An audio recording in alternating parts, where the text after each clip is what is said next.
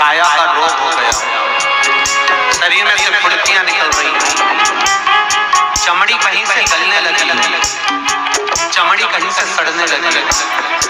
महाराज भगवान शूल टंकेश्वर के नाते बीच का जो भाग जहां से हमने उंगली से पकड़ा ध्यान, दो पत्तियां हैं, एक पत्ती यहाँ है, बीच में जहाँ बेलपत्री का भाग होता है यहाँ पर घी, गाय का दूध का जो घी बनता है, परंतु होना चाहिए गाय घी को बेलपत्री के बीच में शूल टंकेश्वर महादेव का नाम लेकर लगाकर 21 बेलपत्री शंकर भगवान को शूल टंकेश्वर महादेव के नाम से चढ़ाए, उसी घी को पाँव में से निकाल कर लेकर जाएं और उसको कटोरी।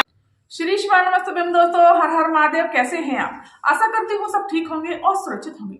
दोस्तों ये उपाय बहुत ही सुंदर और बहुत ही अचूक उपाय है। अगर आपके चर्म रोग हो गया हो और आपकी चमड़ी निकल रही हो या फुंसियां हो गई हो या फोड़े हो रहे हो और स्किन धीरे धीरे गल कर निकल रही हो, कुष्ठ रोग हो गया हो, चर्म रोग हो गया हो, फुंसियां हो गई हो, चाहे कैसा भी स्किन का रोग हो गया हो, चमड़ी आपकी सड़ रही हो, गल कर निकल रही हो, तो इसके लिए पूज्य गुरुदेव ने शूल टंकेश्वर महादेव का बहुत ही सुंदर और अचूक उपाय बताया है। दोस्तों अगर कोई भी स्किन की प्रॉब्लम है, चमड़ी से जुड़ी हुई कोई भी प्रॉब्लम है, तो आप इस उपाय को जरूर करिएगा।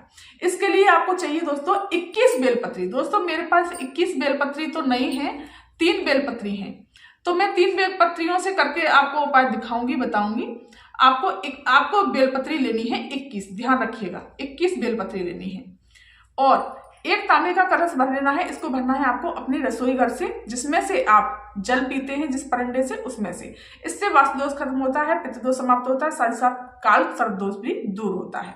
दोस्तों ये उपाय बहुत ही सुंदर उपाय बताया है। चंदन ले लेना है, इत्र ले लेना है, कलावा ले लेना है, ये अबीर, गुलाल, मीठा, समी पत्र जो चीज ले जाते हैं वो पूजा की ले लीजिए और सीधे पहुंच जाना है देवादेव महादेव के शिव मंदिर। शिव मंदिर पहुंच करके आपको उत्तर दिशा की तरफ होकर के खड़े हो जाना है और सबसे पहले श्री शिवाय नमस्ते मंत्र का जाप करते हुए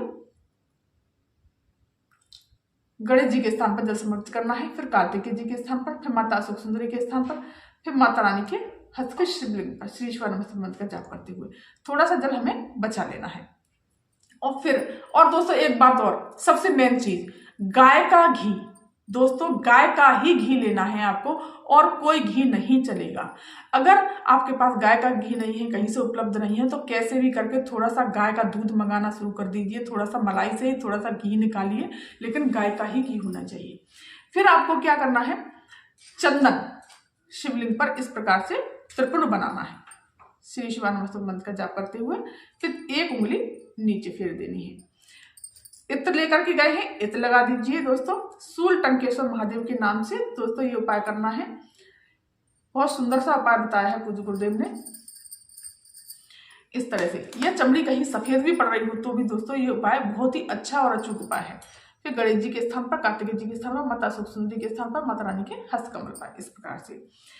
फिर आपको जो बेलपत्री लेकर के गए हैं, 21 बेलपत्री लेनी है आपको। दोस्तों इस बेलपत्री में जो ये 2 पत्तियां हैं और ये 1 पत्ती है, इसके बीच में जो डंडी है, डंडी के भाग पर आपको गाय का घी यहाँ पर डंडी के भाग पर शूल टंकेश्वर महादेव का नाम से लगाना है और 21 बेलपत्री इस प्रकार से पकड़ना है और श्री शिवाय नमस्ते मंत्र का जाप करते हुए शूल टंकेश्वर महादेव का नाम लेकर के समर्पित करते जाना है। 21 बेलपत्री, ध्यान रखना दोस्तों, इसी डंडी पर घी लगाते जाइए गाय का और इस प्रकार से आपको समर्पित करते जाना है शूल टंकेश्वर महादेव के नाम से, इस प्रकार से। दोस्तों मेरे पास 3 हैं, आपको 21 लेनी है। इस तरह से आपको श्री शिवाय नमस्तभ्यम, श्री शिवाय नमस्तभ्यम, शूल टंकेश्वर महादेव के नाम से इस तरह से आपको समर्पित कर देनी है सारी की सारी 21 बेलपत्री। फिर आपको चावल समर्पित कर देने हैं, इस प्रकार से मीठा समर्पित कर देना है और एक दीप लगा लेना है, कलावा समर्पित कर देना है, पुष्प समर्पित कर देना है। इस तरह से आपको कलावा समर्पित कर देना है थोड़ा सा दोस्तों, इस तरह से शूल टंकेश्वर महादेव के नाम से। और वहीं थोड़ी देर हमें बैठ जाना है। श्री शिवाय नमस्ते मंत्र का जाप करते हुए और बाबा से प्रार्थना करनी है कि बाबा मेरी जो स्किन का रोग हो गया है, चमड़ी का रोग हो गया है, चमड़ी निकल रही है या फोड़े फुंसी हो रहे हैं, वो फूट रहे हैं, या स्किन जो है गल गई है और कुष्ठ रोग हो गया है, चर्म रोग हो गया है, तो इसके लिए बाबा मेरी स्किन ठीक हो जाए, मेरी चमड़ी ठीक हो जाए, मैं बिल्कुल स्वस्थ हो जाऊं। और फिर इसके पश्चात आपको ये जो जल लेकर के गए हैं श्री शिवाय नमस्ते मंत्र का जाप करते हुए सूल टंकेश्वर महादेव के नाम से इसको जल को समर्पित कर देना है।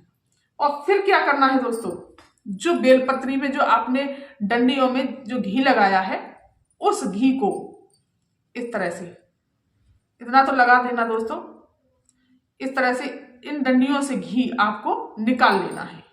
इस प्रकार से इन घियों को निकाल करके 21 बेलपत्री की डंडियों से घी निकाल लेना है दोस्तों। इस तरह से आपको घी निकाल लेना है,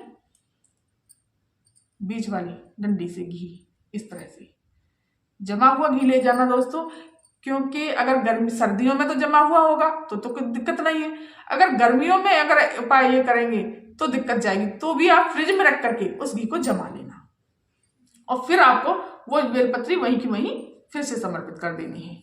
इस प्रकार से फिर से समर्पित कर देनी है और ये भगवान को प्रणाम करते हुए, भोलेनाथ को प्रणाम करते हुए और उनकी आरती करते हुए इस तरह से, और जो ये जल है वो अपनी स्किन से लगाते हुए प्रणाम करते हुए सीधे अपने घर चले आना है। और जो ये घी निकला हुआ है, चाहे थोड़ा सा ही हो चाहे जरा सा हो, इस घी को जहाँ चमड़ी गल रही है, कटके निकल रही है, सड़ रही है, फोड़े हैं, फुंसी है या कुष्ठ रोग है, तो उस जगह आपको इस घी को मल लेना है दोस्तों। पूज्य गुरुदेव कहते हैं 8 दिन में आपको फर्क लगना शुरू हो जाएगा दोस्तों। बहुत सुंदर और अचूक उपाय है, लेकिन इसको लगाना भी आपको सूल टंकेश्वर महादेव का नाम लेकर के ही लगाना है।